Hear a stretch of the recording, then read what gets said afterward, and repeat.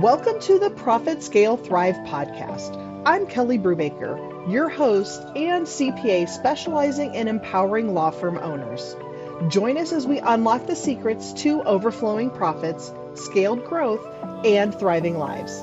This is where overwhelm transforms into confidence, allowing you to truly enjoy both your law firm and your life. Welcome back to the podcast. Today, we're going to talk about how the Pumpkin Plan can help solo law firms grow. The Pumpkin Plan is a book written by Mike Michalowicz, a successful entrepreneur and author of several business books. Now, full disclosure, I am a huge supporter of Mike. I enjoy his writing style and no-nonsense approach to his books. I'm also a certified Profit First professional, meaning I help companies implement the cash flow management strategy that Mike presents in his book, Profit First. A few years ago, I also completed the training to support the Pumpkin Plan book, and I did become a certified Pumpkin Plan strategist. However, I let my certification for the Pumpkin Plan lapse as I personally felt strained trying to maintain the certifications for the two different programs. But even though I let my certification lapse for the Pumpkin Plan, I fully support the book, which is why I want to talk about it today. So in the Pumpkin Plan, Mike reveals how applying the same methods that farmers use to grow the giant pumpkins can help entrepreneurs grow remarkable businesses in any field. Now, the main idea of the book is that instead of trying to do everything for everyone, you should focus on your best clients, your unique strengths, and your core offerings. By doing so, you will create a loyal fan base, stand out from the competition, and grow your business faster and easier. This book is especially relevant for solo law firms because many solo attorneys often struggle with finding their niche, attracting their ideal clients, and scaling their practice. If you're one of them, the Pumpkin Plan can help you overcome these challenges and grow your law firm to the next level. Before we get too far, I just want to mention that in the business world, scale has a different meaning than the word growth. So growth is to grow, to make your business bigger, meaning more of exactly what you currently have. If that works for you, if you love exactly how your firm operates and everything that you currently have, awesome. But scale means to grow in a controlled, strategic, and profitable way. Scale is achieved by increasing your revenue without a substantial increase in resources.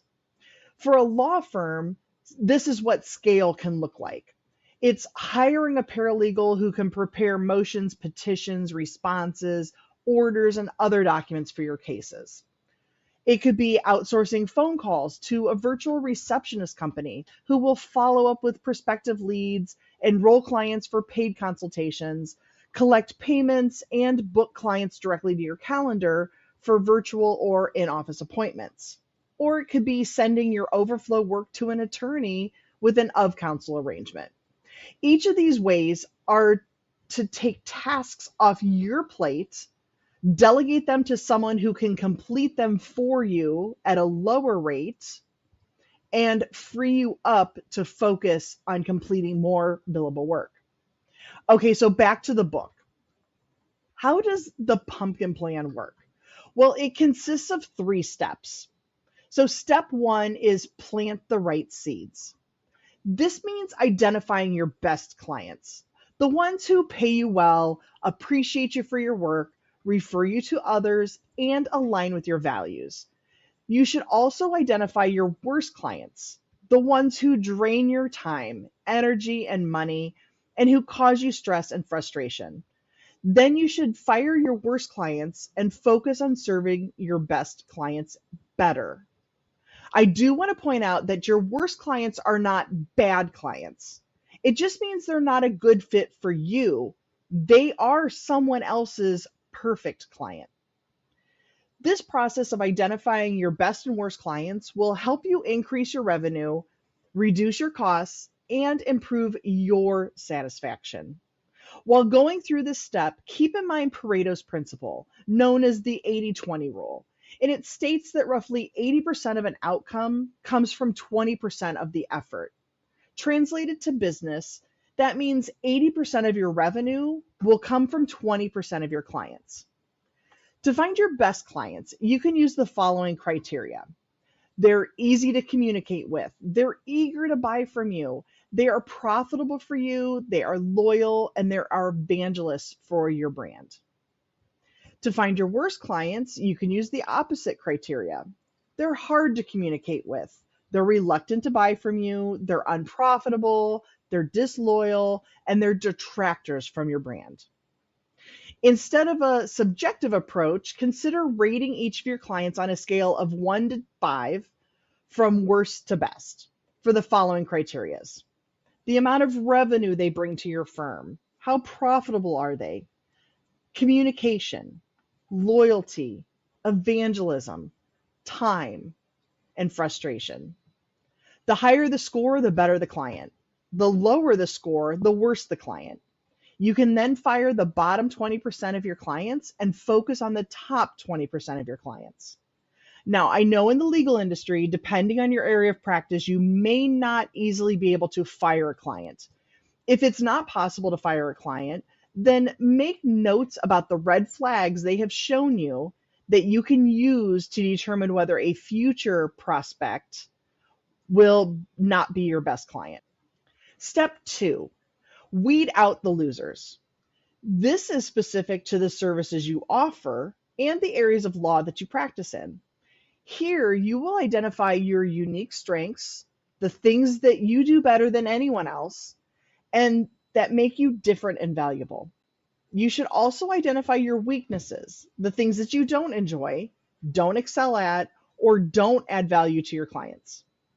Then you should eliminate or delegate your weaknesses and focus on developing and showcasing your strengths. This will help you enhance your reputation, differentiate yourself from the competition, and attract more of your best clients. To find your unique strengths, you can use the following questions. What are you passionate about? What are you skilled at? What are you experienced in? What are you knowledgeable about? And what are you recognized for? To find your weaknesses, you can use the opposite questions. What are you bored by? What are you bad at? What are you inexperienced in? What are you ignorant about? Or what are you criticized for? Once you have identified your strengths and weaknesses, you can use the following matrix to categorize them. If something is both enjoyable and valuable, it's a strength. If it is both unenjoyable and invaluable, it's a weakness. If it's enjoyable but invaluable, it's a hobby. And if it's something unenjoyable but valuable, it's a chore. You can then eliminate and delegate your weaknesses and hobbies and focus on your strengths and chores. Step number 3, nurture the winners. Now, let's combine what we learned in steps 1 and 2.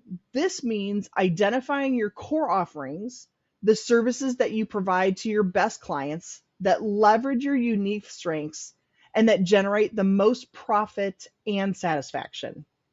You should also identify your non-core offerings, the services that you provide to your worst clients that dilute your strengths and that generate the least profit and satisfaction. Then you should drop or outsource your non-core offerings and focus on improving and marketing your core offerings.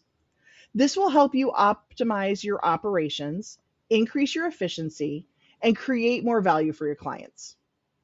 So to find your core offerings, you can use the following criteria. They are in high demand, highly profitable, highly enjoyable, highly scalable, and highly unique. To find your non-core offerings, use the opposite criteria. They're in low demand, they're low profit, low enjoyable, lowly scalable, and lowly unique. Once you have identified your core and non-core offerings, you can rank them on a scale of 1 to 5 from worst to best for the following criteria. Demand, profitability, enjoyment, scalability, uniqueness, time, cost to fulfill, complexity, competition, and risk. The higher the score, the better the offering. The lower the score, the worse the offering. Then you can drop or outsource the bottom 20% of your offerings and focus on the top 20% of your offerings. By following these 3 steps, you will create a pumpkin plan for your law firm that will help you grow your practice faster, easier, and more enjoyably. You will also create a strong brand, a loyal fan base, and a competitive edge in your market. If you found this information helpful and you want to learn more about the pumpkin plan and how to implement it, I highly recommend you read the book, which is available on Amazon, Kindle, and Audible. If you have any questions about today's episode, please let me know. If you're watching on YouTube, you can comment below or send me an email to podcast@profitscalethrive.com. And if you know someone who might need to hear this information, please share this episode with them. Or if you're on YouTube, you can tag them below. Be sure to follow and subscribe to get notifications for future episodes. Did you enjoy this episode? Please consider leaving a review. And before I go, remember, profit is something you intentionally plan for in the beginning. It is not a potential bonus at the end of the year. Thanks and have a great day.